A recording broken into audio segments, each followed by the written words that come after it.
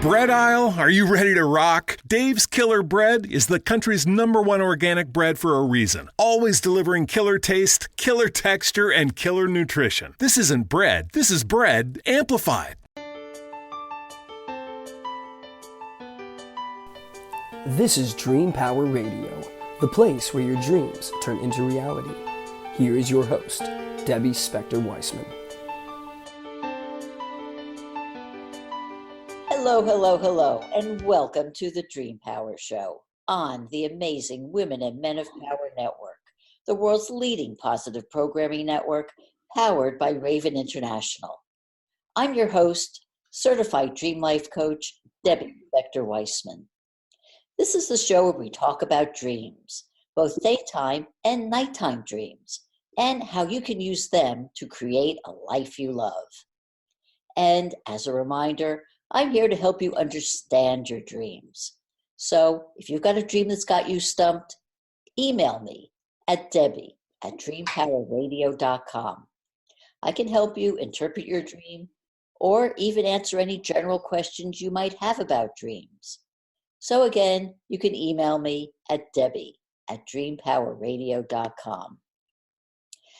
You know, I always start the show by saying this is the show where we talk about dreams. Well, lately, the focus has kind of been a lot on daytime dreams and the techniques that you can use to help you live your dream life. Well, today, we're going to shift the focus back to nighttime dreams. And I can't think of anyone I'd rather talk dreams about than with my special guest, Walter Berry.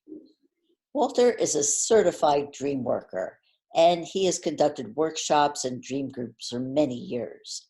He's on the board of the International Association for the Study of Dreams, and his work has been featured in major newspapers. He's a contributing author to the book, Chicken Soup for the Soul, Dreams and Premonitions, and he is working on a new book about dreams. So welcome to the Dream Power Show, Walter. Thank you. Good to be here. Great. When was the first time that you realized dreams were important to you? I'll keep it short because that could be a very long story. I was in therapy, trying to recover from an absolute horrific marriage. I hope my ex is not listening. I'm sure she's not. But anyway, I had a precognitive dream. It was just a simple one where my mother was talking and said, "Oh, your brother's been caught with his hand in the till." There's this whole thing that went on. And 2 weeks later, my mother called up and said the exact words that were I got my journal out while I was talking to her, and the words that were on the page were the words that she was saying. It was very strange. I had never experienced anything like that before. So I thought, oh my goodness, this is bizarre. How is this even possible? So I thought, okay, there's got to be something to this dream thing. So I started investigating dreams and ended up working with Jeremy Taylor and a number of other people, and the rest is history. And what a great history it is. So I've heard some of your dreams that you've talked about and the one that you wrote about in the Chicken Soup book. Your dreams, at least the ones that I've heard, tend to be epic and full of incredible detail. How do you do it? How do you remember all of that detail in your dreams? Did you have a special technique for that? It's kind of I do, but it's hard to describe because basically I used to write all my dreams down like everybody else, because there's something about having a journal, and you have to. A lot about remembering your dreams is about preparing for it. When I go to bed at night, I now use a recorder. I use my phone. We've gotten to that phone age now. So I actually take my phone. It sounds silly, but I put up the recording program and I touch the phone and say, okay, I'm going to try to remember a dream. And when I do, I'm going to record it. So what I do is I will wake up. I drink a lot of water at night even. So you end up waking up, So I wake up and I think, okay, and I hold myself, and I have a routine. I hold myself in the position when I wake up from and going, do I have anything there? And usually there's something there. Usually I remember sometimes nothing, but a lot of times 4 or 5 dreams a night. And so there's a way that if you have an intent, it's about setting the intent is the most important piece for me.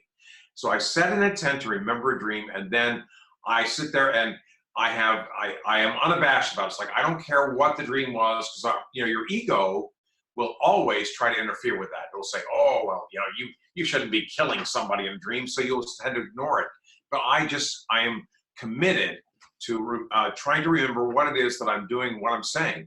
And so I get this, and so I record absolutely everything that I can remember at that moment.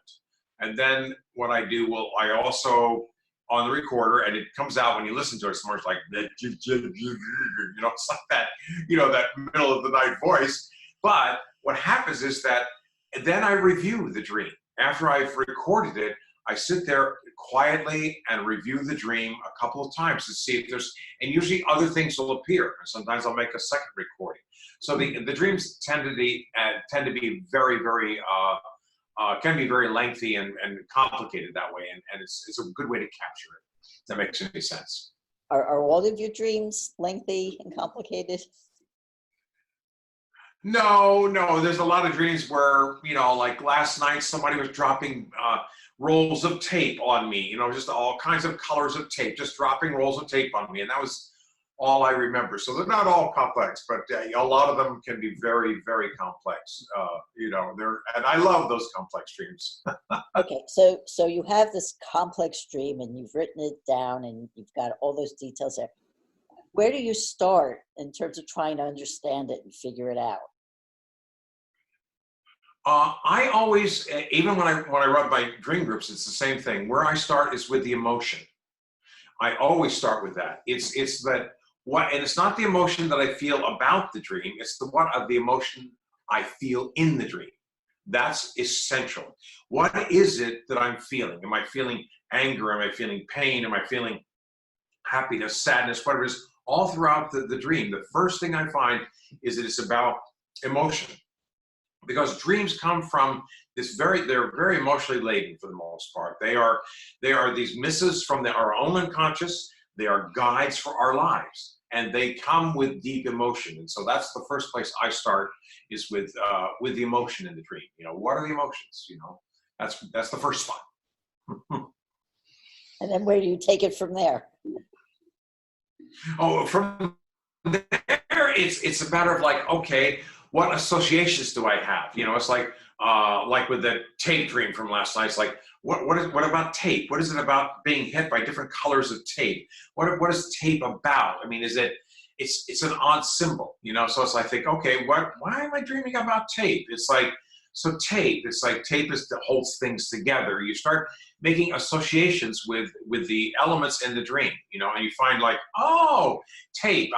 I happen to work in the industry where we tape movies and television and things like that. So there's associations. So you start with those associations, and then you find places where things fall together for you, and say, oh, wait a minute, if these things are dropping on my head, and it's about tape, and it's about holding things together. It's like you start feeling associations with that, and that's where the dream. Again, it's not like any magic happens so much all the time, but it's just a matter of trying to find out, what is it that I vibrate with? What is it that in my soul I go, oh, what am I trying to tape up? What am I taped up about? Why are things hitting me in the head? What's hitting me in the head wants to, it's symbolic. The dreams speak a powerful symbolic language, and it's just wonderful to be able to just go, okay, I'll be open to whatever it is. It's not just one thing; it's a number of things. So it's an amazing thing.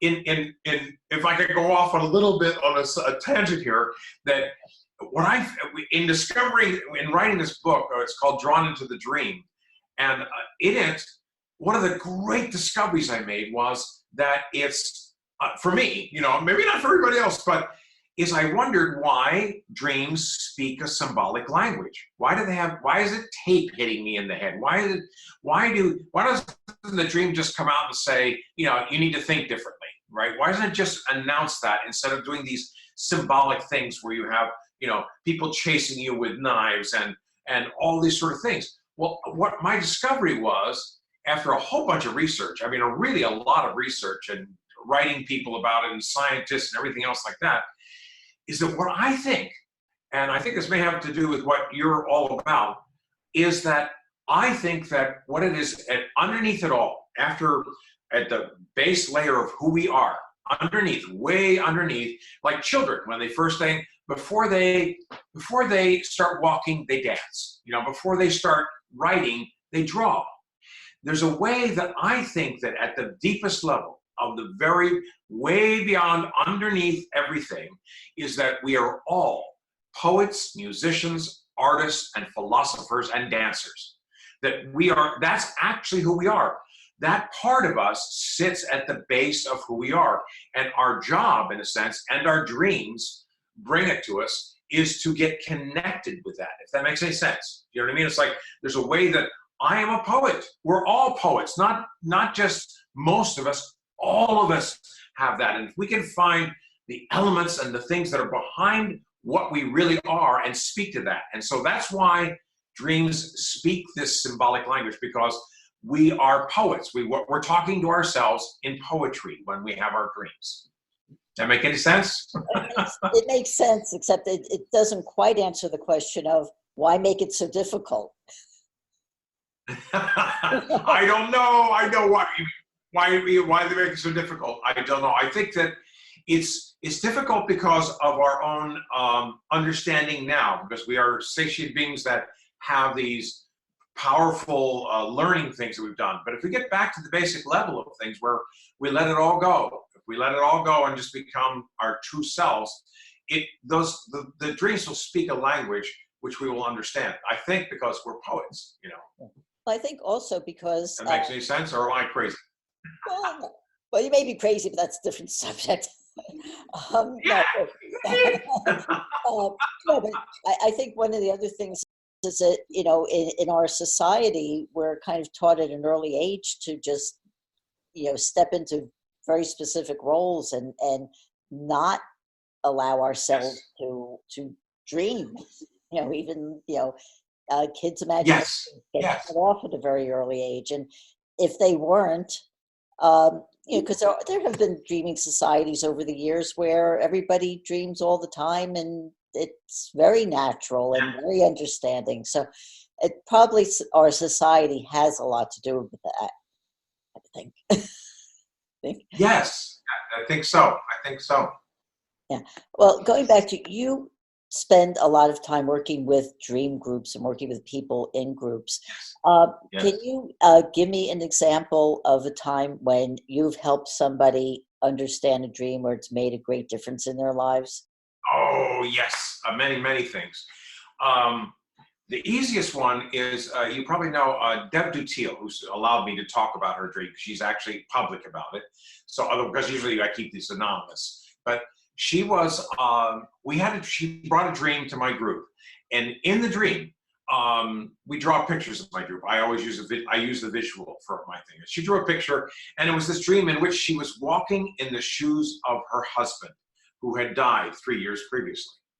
And so, and I went, and there was a whole bunch of other things that went on. It was a very complex dream about seals and a boat and a car and all kinds of stuff. But the part that stuck for me in an intuitive level was this business about walking in the shoes of her dead husband. And I said, how long ago was it that he died? She said, almost 3 years exactly to the date, I believe she said. And I went, you know what? I said, I'm not to be a person but you might want to have your, checked out, because if you're walking in the shoes of your husband, you may be walking in the same path that he did. And I went, oh, okay. But then I thought, So 2 weeks later, she has these horrible headaches. She goes to the doctor, and the doctor says, oh, don't worry about it. Take some pain. She goes, no, I had this dream, and I worked it in a group, and I have this feeling that, do you believe in dreams? And luckily, the doctor said, yes, I believe in dreams. So she made him do an MRI, which they never do on this sort of thing. When they did the MRI, they found that the brain tumor, and it was a brain tumor it's the most aggressive form of brain cancer there is. It's the one that John McCain died of. And they cut her skull open. They took this thing out. The average lifespan of a person who has this is 18 months from diagnosis to death. And it's very, very aggressive. She is now 6 years free, cancer-free, because she listened to a dream, because she came into this and drew that. And, that's one example of how people's lives can be changed by dreams. Yes. Oh, yeah. And it's not the only one I've heard of where dreams literally save lives like that. Yes. Yes. Yeah. Okay. We're going to take a short break here. We're talking dreams with dream expert Walter Berry. We'll be right back. Want to know more about remembering your dreams and what they mean?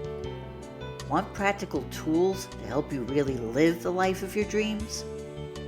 I'm Debbie Spector-Weissman, the Dream Coach.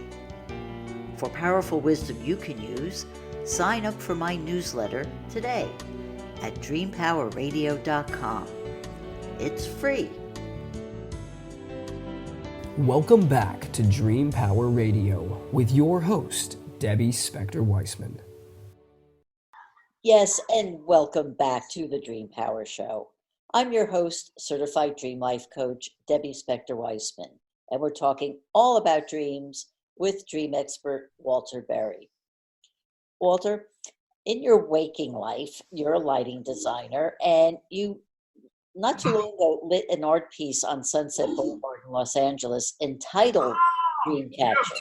Yes. Which is meant to display, at least according to my understanding, it's meant to display what happens in the brain during a dream. So can you walk us through this, how you Yes. and what happens to the brain when we dream? Yeah, there's various stages of sleep that we go through. There's 4 stages, 5 stages, which we end up in REM sleep. The brain has this incredible ability to be able to, like, certain parts of it turn off. Like the frontal cortex, where long-term memories are turns off.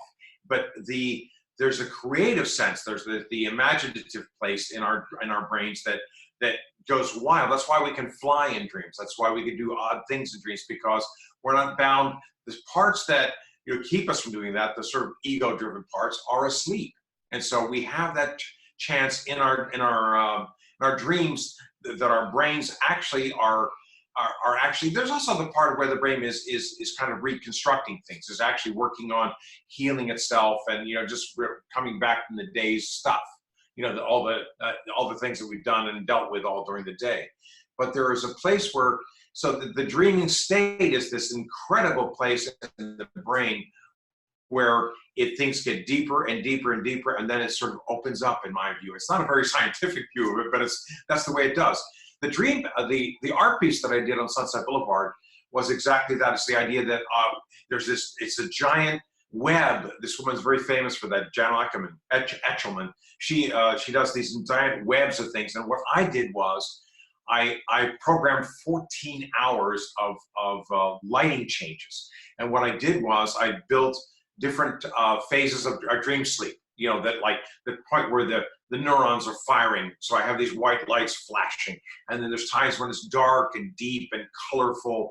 And there's all representing all sorts of, like, the REM sleep and dream phases and all sorts of phases during the night. So actually this thing on Sunset Boulevard all night long automatically runs these programs that I put into it that sort of represent dreaming. It's really kind of fun. Yeah. If I answered the question, I'm not sure. I think you did.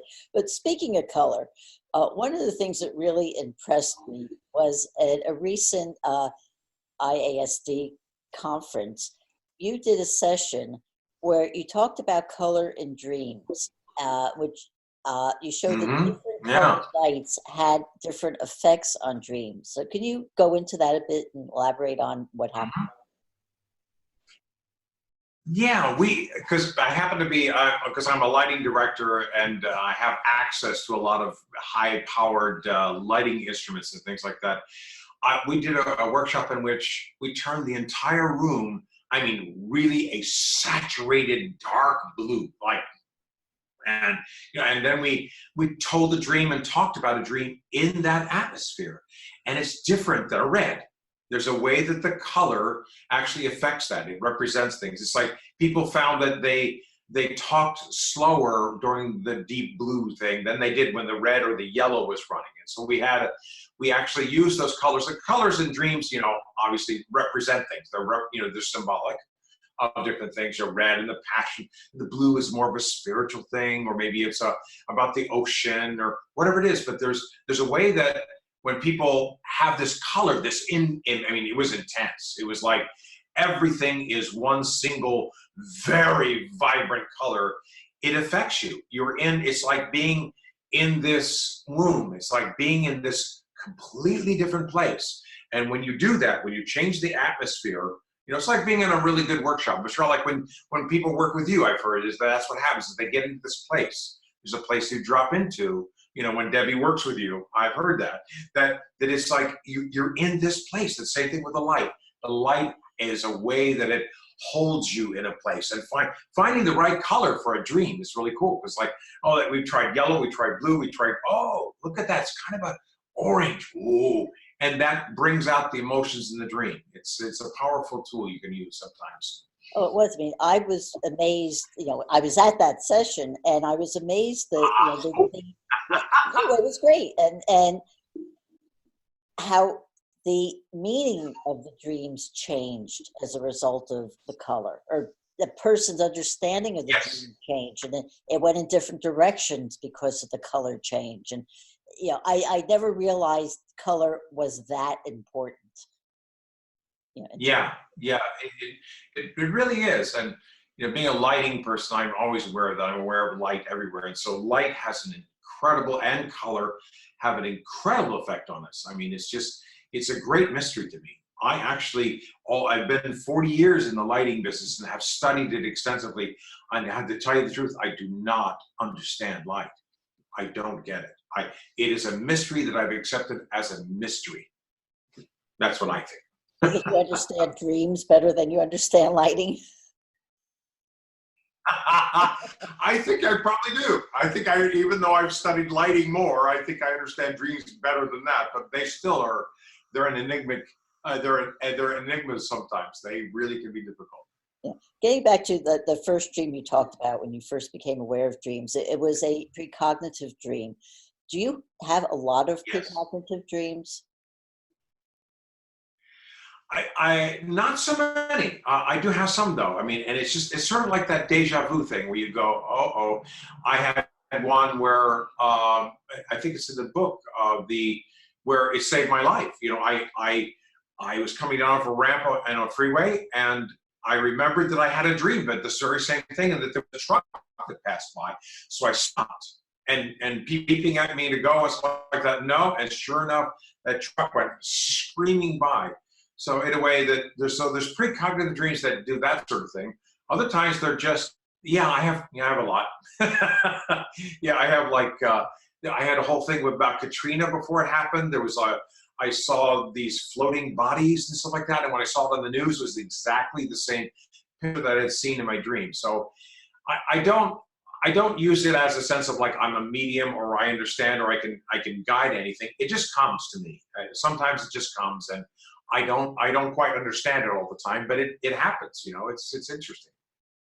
Okay, so you're in the middle of writing a new book about dreams. You care to give us a little preview of what you're writing about? Yeah. It's a wonderful romp through the idea. First of all, it's about my methodology of using pictures. I do lots of drawings. I have people draw their dream. And so that, when you see that, it's like, oh, that plays a huge part. When you put it up and draw it, it's like the caves of Lascaux. It's like there is a representation of your dream. Even if it's stick figures and little lines, doesn't matter. What happens is that the dream takes on a life of its own. So I'm talking about the sense of using the visual to help us understand dreams. But it's also really a story about, I have all kinds of story that night I almost killed Greg Allman and Judy Garland. There's a Judy Garland story in there. There's all kinds of great dreams and stories and things. It's basically, I got off on telling all kinds of stories in the process of talking about the visual and dream. I had so much fun writing this book. I mean, so much fun. And it's almost done. When do you expect it to come out? I'm a newbie with the book business for the most part. I've been a few things, but I think at about another 6 months. I think it should be. I don't. Again, it's the process. I'm not sure how the editing works. I'm in the process of that, but it's like I'm hoping about 6 months, maybe within a year if I had to. But I want this to. I want it to go. I think it's going to be. People who have read some of it have liked it so far. So we'll see. I don't know. Yes, I've read a little excerpt, tiny little excerpt, and so I'm very anxious to hear more about it, read more about it when it comes out. Yeah. One aspect of dreams, or one important part of dreams that you would like everyone to know about, what would that be? I think dreams are messages from our own unconscious. They're the things that we haven't taken care of. They're the things that we need to work on. If all of us listened more to our dreams, just in a simple way, to say, oh, I had a dream last night about bagels. What's that about? Oh, if we just had some sort of listening, we listen to ourselves and our dreams, I think the world would change. People would understand themselves and each other. Empathy and dreams is tied. I think it's about loving other people. I think it's about connecting with them. I think our dreams are powerful, powerful instruments for us to understand what came from underneath and how we can portray that and hold that with other people.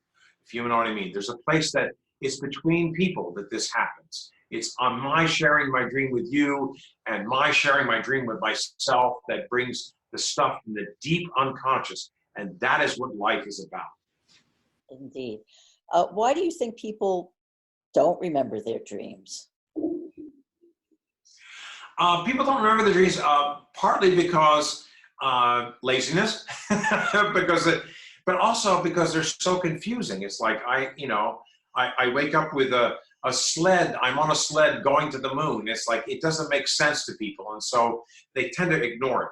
The other part of it actually is its brain science, which is that the frontal cortex is asleep, like we talked about, but basically we have a short-term memory centers which are awake, but they don't hold. It's like a catch on a computer. They don't hold the memories, and so we think, oh, I wake up from a dream, I'll remember this. We actually will not. It will dissipate because the long-term memory centers take about 10 minutes to wake up.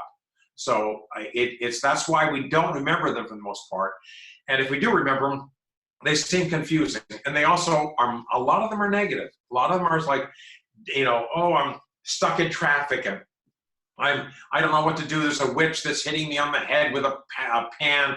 These are sort of things that people they don't want to hear it. They don't want to hear the negative things because a lot of stuff underneath there we got to work on, and it comes up in dreams, and we don't want to hear it. Our egos have a way of pushing that back. If that makes any sense. Yeah, we just want to stay in our nice little safe space and not Yes, exactly. Yeah. Right. That certainly makes sense. Well, Walter, this time has flown by. It has been a pleasure speaking. We're over already? Oh my God. We are over. It is done. It is done. It is time to make that gentle conclusion to the end of the program. So again, thank you so much for being on the Dream Power Show today. And we have been talking with Dream Master, Walter Berry. I hope you've enjoyed today's show, and I hope you come in and listen next time. But until then, sweet dreams, everybody. You've been listening to Dream Power Radio with your host, Debbie Spector-Weissman. For more information on Debbie or to sign up for her newsletter, go to dreampowerradio.com. This has been Dream Power Radio on the amazing Women and Men of Power Network, the world's leading positive programming network, powered by Raven International.